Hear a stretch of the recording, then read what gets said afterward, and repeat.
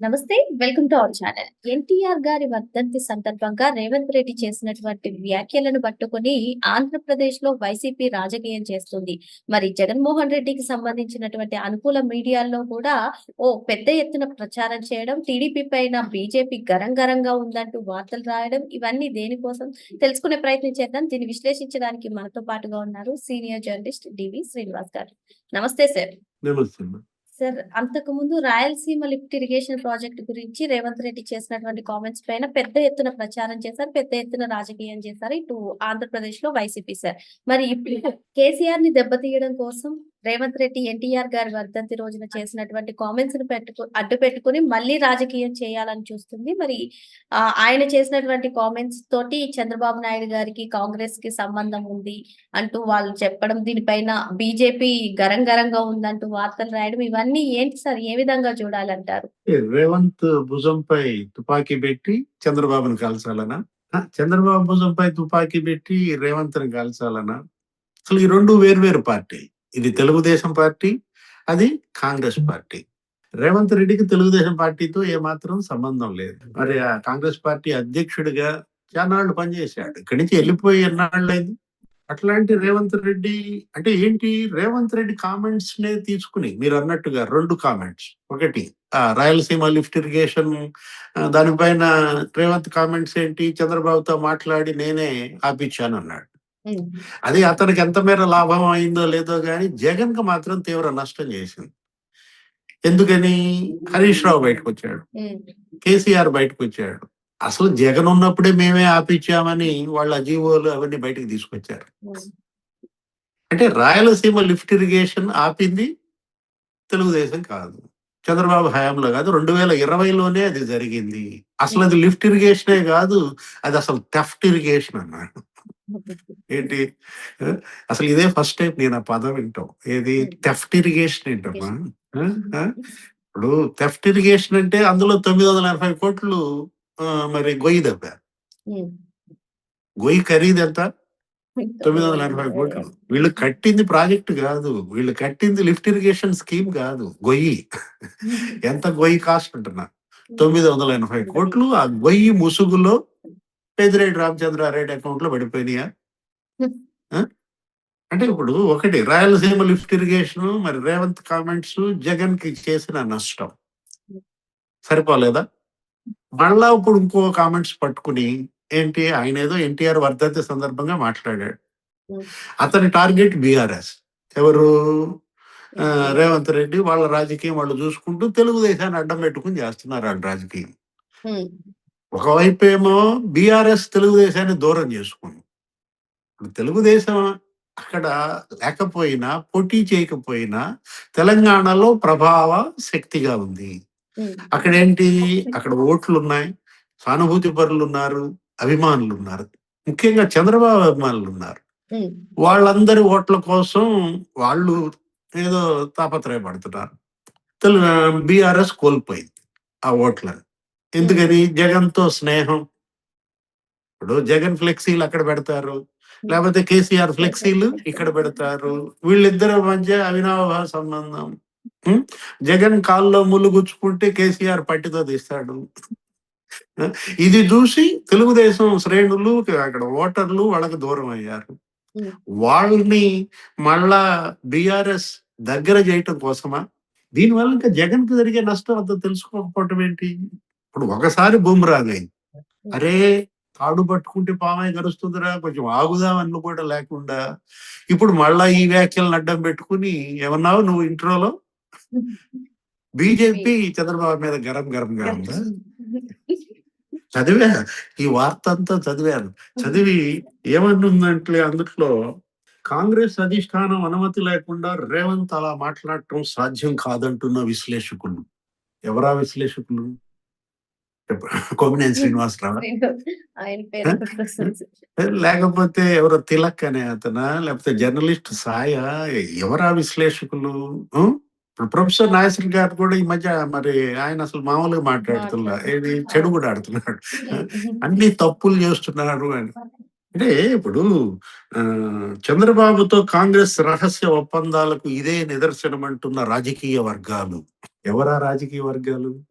YCP వర్గమా? లేకపోతే KCR వర్గమా? BRS వర్గమా? అంటే రాజకీయ వర్గాలంటే ఈ 2 పార్టీలేనా? విశ్లేషకులు అనుకుంటున్నారు, రాజకీయ వర్గాలు అనుకుంటున్నారని వాళ్ళ ద్వారా జనాన్ని నమ్మించే తాపత్రయం. అంటే వీళ్ళు చెప్తే ఎటు నమ్మరు కదా! ఇప్పుడు బీజేపీ చంద్రబాబుపై గరం గరంగా ఉందా? అసలు ఎలా నవ్వాలో, దేంతో నవ్వాలో కూడా జనానికి అర్థం కావట్ల. ఇవాళ మోడీ ప్రభుత్వం లేకపోతే చంద్రబాబు, ఇప్పుడు మనం చూసాం డబుల్ ఇంజిన్ సర్కార్. ఆంధ్రప్రదేశ్‌కి ఇవాళ నిధుల వెల్లువ. ఏది? కేంద్రం నుంచి నిధులు ఇస్తున్నారు. అసలు వరల్డ్ బ్యాంక్ నుంచి, లేకపోతే నాబార్డ్ నుంచి, అటు జైకా నుంచి, ఏడీబీ నుంచి నిధులు ఇప్పించి కేంద్రం గ్యారంటీ ఉంటుంది. అంటే చంద్రబాబుపై గరం గరంగా ఉంటే ఇన్ని నిధులు ఇస్తారా? ఈ విధంగా వాళ్ళే గ్యారంటీ ఉండి అమరావతి అభివృద్ధికి వరల్డ్ బ్యాంక్ నిధులు ఇప్పిస్తారా? అంటే ఇప్పుడు అటు అవి వర్కౌట్ కాల. ఏవి? ఆ వరల్డ్ బ్యాంక్ కి పిటిషన్లు పెట్టారు, మెయిల్స్ పంపారు, వాళ్ళు అసలు పట్టించుకోవాలా, వచ్చి విచారించి ఇదంతా అబద్ధం అని తేల్చేసి రుణం ఇచ్చారు. లేకపోతే ఇప్పుడు వేరే దేశాలకు కూడా మెయిల్స్ పంపారు. ఎక్కడికి చంద్రబాబు వెళ్తుంటే ఆ దేశానికి మెయిల్స్ పంపటమే పని. ఇదే పని అన్నమాట. చంద్రబాబు అక్కడికి చేరక ముందే మెయిల్స్ వెళ్ళిపోతున్నాయి. ఇప్పుడు దావోస్ వెళ్ళారు ఆయన. దావోస్ వెళ్ళక ముందే దావోస్‌కి మెయిల్సా? ఇప్పుడు అరవింద్ కృష్ణకి పంపారా? ఎవరు? ఐబీఎం ఆయనకి ఇక్కడ పెట్టబాకండి, ఐబీఎం ఇక్కడ పెట్టబాకండి మీ క్వాంటమ్ సెంటర్, ఈ విధంగా మెయిల్స్ పంపుతున్నారా? పంపారా? అంటే ఇప్పుడు ఆ పని చేస్తున్నాడు. ఈ పని చేస్తున్నాడు. అసలు 100 చేతులతో విధ్వంసమే అన్నమాట జగన్మోహన్ రెడ్డి. ఇది పరాకాష్ట. ఏది? విధ్వంసానికి. ఏదో రకంగా ఎన్డీఏ కూటమి విచ్ఛిన్నం కావాలి. అపోహలు సృష్టించాలి. అరే అబద్ధాలు, అపోహలే ఇవాళ అతనికి ఊపిరిగా ఉన్నాయి. ఏది? ఒకటి పీల్చుకోవటం, ఒకటి వదిలేయటం, శ్వాస నిశ్వాసలు. నిన్నటిదాకా పవన్ కళ్యాణ్ గెలికారు. ఏంటి? పవన్ కళ్యాణ్ ఏదో రెచ్చగొట్టాలని జనసేనని అక్కడ తెలుగుదేశంకి జనసేనకి మధ్య రిడ్జ్ వచ్చేసింది, కొట్టుకుంటున్నారు, పలానా నియోజకవర్గంలో ఇలా ఉంది, పలానా చోట ఇలా ఉంది అని రాశారు. పవన్ కళ్యాణ్ ఇక మామూలుగా గరం మామూలు సీరియస్ అవ్వాల. వీళ్ళని అరచేతుల్లో గీతలు జరిపేస్తానో ఏదన్నాడు. మక్కెలు ఎరగదండిస్తానన్నాడు. ఇంకో 15 ఏళ్ళు మా పొత్తు ఉంటుందని చెప్పి ఆయన అంటున్నాడు కాబట్టి ఇక అక్కడ చెల్లలేదు. అందుకని ఇప్పుడు బీజేపీ గరంగా ఉంది. చంద్రబాబు రేవంత్ బంధం అనో, లేకపోతే తెలుగుదేశం కాంగ్రెస్ బంధం అనో. అంటే ఏంటి? ఎలాగైనా సరే ఆంధ్రప్రదేశ్కి వచ్చే నిధులు అడ్డుకోవాలి. అభివృద్ధి జరగకూడదు. అభివృద్ధి జరిగిన, ఈ పెట్టుబడులు వచ్చిన, కేంద్రం నిధులు ఇచ్చిన ఇంకా మాకు నూకలు చెల్లినట్లే. ఇంక వైసీపీకి, జగన్మోహన్ రెడ్డికి ఇక్కడ స్పేస్ ఉండదు. అమరావతి పూర్తి కాకూడదు. పోలవరం మళ్ళా నాశనం కావాలి. విశాఖపట్నానికి మరి డేటా సెంటర్లు ఇవన్నీ రాకూడదు. రాయలసీమలో ఇవాళ ఏరోస్పేస్ హబ్ గా, డిఫెన్స్ హబ్ గా మారకూడదు. ఇట్లా ఏ నాయకుడైనా ఆలోచిస్తాడా? ఏ పార్టీ అయినా ఆలోచిస్తుందా? అంటే ఎవరు ఆలోచించని రీతిలో ఆలోచించేవాడే జగన్మోహన్ రెడ్డి. అంటే ఇప్పుడు బీజేపీకిను తెలుగుదేశంకి రిఫ్ట్ క్రియేట్ చేసే ప్రయత్నమా దీన్ని అడ్డం పెట్టుకుని? రేవంత్ రెడ్డి రాజకీయ ప్రయోజనాలు అతను చూసుకుంటాడమ్మా. ఏంటి? అతనికి ఎన్టీఆర్ అభిమానుల ఓట్లు కావాలి. తెలుగుదేశం ఓట్లు మొన్న కొన్ని పడ్డాయి అతనికి, ఆ పార్టీకి. వాటిని సాలిడ్ చేసుకోవాలి. మళ్ళా బీఆర్ఎస్ వైపు వాళ్ళు చూడకూడదు. మనం చూసాం కదా జూబ్లీ హిల్స్ బై ఎలక్షన్. ఏది? వాళ్ళు అక్కడ పరిస్థితి ఏంటి? అసలు బీజేపీ థర్డ్ ప్లేస్ కు పడిపోయింది. నెక్స్ట్ అక్కడ ఏంటి?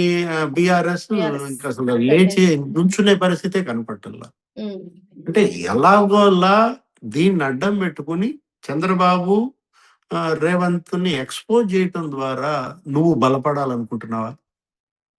అసలు ఎవరిస్తున్నారు ఈ సలహాలు నాకు చెప్పు. ఇట్లాంటి పనికి మాలిన సలహాలు సజ్జల రామకృష్ణారెడ్డినా ఇచ్చేది? లేదు. అసలు జగన్మోహన్ రెడ్డి ఎవరు చెప్పినా వినడా? అతనికి తోచిందే చేస్తాడా? అరే జగన్మోహన్ రెడ్డి ఇవాళ అతని యొక్క పొజిషన్ చూస్తుంటే, అతని పరిస్థితి చూస్తుంటే జాలేస్తుంది. మనకన్నా జాలేస్తుంది గానీ, జనానికి మాత్రం జాలేయటంలా. చాలి. ఎందుకంటే అంత జనానికి దూరం అయ్యాడు. హ్మ్. నిన్న కూడా మేము ఇవాళ మాట్లాడుతూ ఏమన్నాడు? ఏడాదిన్నర తర్వాత పాదయాత్ర పాదయాత్ర చేస్తాడంట. చేస్తాం. అవును సార్. అంటే ఈ ఏడాదిన్నర ఏం చేస్తాడు? యలహంక ఆ? To good Tadepalli. గుడ్డిగాడిద పళ్ళు తవ్వుతుంటాడా? అక్కడికెళ్ళి ఏం చేస్తాడు యలహంక? అంటే ఏడాదిన్నర అంటే ఏంటమ్మా? ఇప్పుడు ఏడాది హ్మ్. అంటే 12 నెలలు, 48 వారాలు. హ్మ్. లేదు ఇంకొక అర. ఏంటి అదొక 6 24, నెలలు. 68, 72 వారాలు జగన్మోహన్ రెడ్డి ఇదేనా? ఏది కొరియర్ సర్వీస్? వారానికి ఒక నియోజకవర్గం సమీక్షిస్తాడంట. హ్మ్. ఆ! అంటే ఏంటి? మిగతా వారాలు, మిగతా నియోజకవర్గాలు వద్దా? 175 నియోజకవర్గాలున్నాయి తల్లి. ఆ! హ్మ్. 175 నియోజకవర్గాలు ఇక పెరుగుతాయంటున్నారు. ఏది హ్మ్. రాబోయే ఎలక్షన్‌కి అసలు ఇంకో 50 వస్తాయి అంటున్నారు. హ్మ్. అంటే నువ్వు 72 వారాల్లో 72 నియోజకవర్గాలే చేస్తావా? అంటే ఇక 100 వదిలేస్తావా? నీకు లెవ్వా 100? ఇక అసలు పోటీ నిలబెడదామనా? లేదా? ఏడాదిన్నర తర్వాత పాదయాత్ర చేస్తా. ఏడాదిన్నర ప్రజల్లోనే ఉంటా. ఉంటాను. ఇంకా 3 ఏళ్లు ఉంది టైము.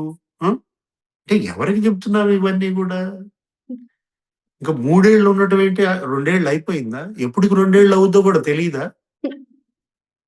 జూన్ 12 గదా! ఈ ప్రభుత్వం ప్రమాణ స్వీకారం జేసింది.